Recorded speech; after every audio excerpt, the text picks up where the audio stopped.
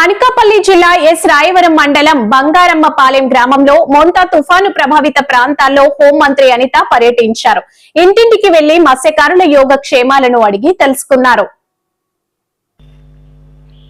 మోంతా తుఫాను ప్రభావిత ప్రాంతాల్లో పర్యటించిన హోంమంత్రి అనిత అనకాపల్లి జిల్లా ఎస్ రాయవరం మండలం బంగారమ్మపాలెం గ్రామంలో మోంతా తుఫాను ప్రభావిత ప్రాంతాల్లో హోంమంత్రి అనిత పర్యటించారు. ఇంటింటికి వెళ్లి మత్స్యకారుల యోగక్షేమాలను అడిగి తెలుసుకున్నారు.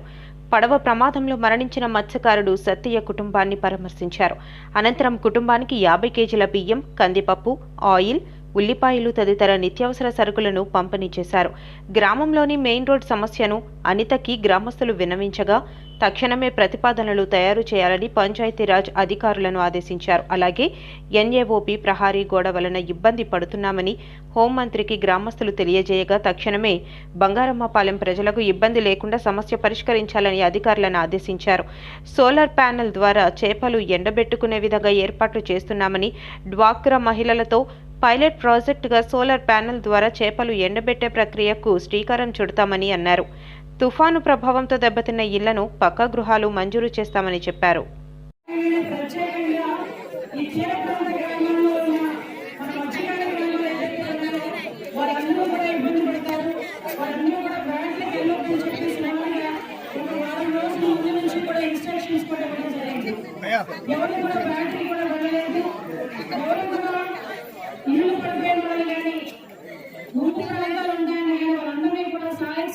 తీసుకొచ్చి ఒక 3 రోజుల పాటు వాళ్ళు అక్కడే ఉంచి వాళ్ళందరికీ కూడా సహాయం చేయాలని.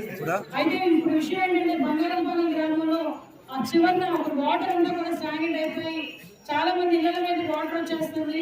అది ఇమీడియట్ గా అక్కడి నుంచి పంపించడానికి ఏర్పాటు కనిపించలేదు అని చెప్తే మనం డైరెక్ట్ ఈ రోజు ఉదయం ఆ కార్యక్రమాలన్నీ చూసుకొని ఉదయం విజయవాడ నుంచి డైరెక్ట్ మీ దగ్గరికి రావడం జరిగింది. నేను అవన్నీ చూశాను. ఈరోజు గ్రామంలో కూడా ఒక మందికి ఏదో అంటారు కదా, ఒక మందికి వస్తే ఒక మందికి మంచిదైంది అని అంటారు కదా, ఏం జరిగినా మన మంచిదే అని.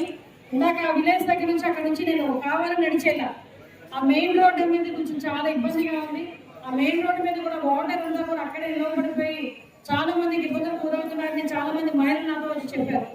ఇమీడియట్ గా వాళ్ళందరికీ కూడా ఆ రోడ్డు వేయించి ఎస్టిమేషన్ వేసించమని చెప్పా.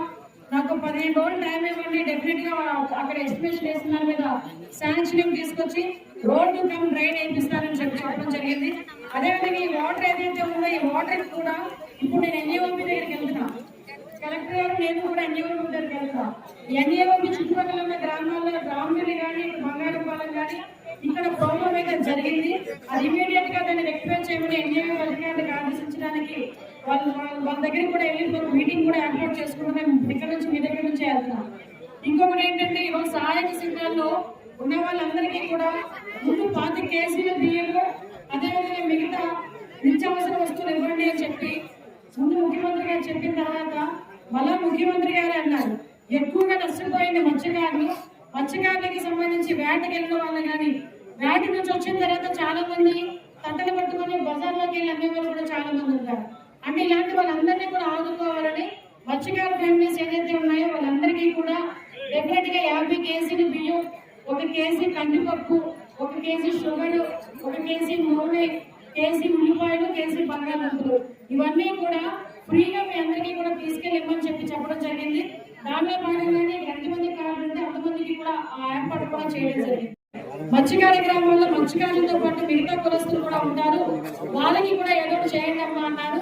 డెఫినెట్ గా వాళ్ళ గురించి కూడా గౌరవ ముఖ్యమంత్రి గారితో మాట్లాడి వాళ్ళకి కూడా ఏర్పాటు చేసే బాధ్యత నేను తీసుకున్నానని మీ అందరికీ కూడా తెలియజేసుకుంటున్నా. ఇంకొకటి నాకు మీరందరూ కూడా ఆడవాళ్ళు చాలా మంది ఇక్కడ ఉన్నారు. నేను అక్కడికి వెళ్తా ఉంటే వాళ్ళ దగ్గర చూసాను ఎండు చేపలు అమ్ముతూ ఎండబెట్టింది ఒక ఆమె పెద్ద ఆమె. నేను అడిగానమ్మా నీకు ఎన్ని రోజులు పడుతుంది అంటే, మీరు ఎండు చేపలు ఆరబెట్టడానికి చేసేటప్పుడు వర్షం పడినా ఏం పడినా అది కొంచెం కులిపోయిందంటే మీకు మళ్ళీ మార్కెట్ ఉండదు.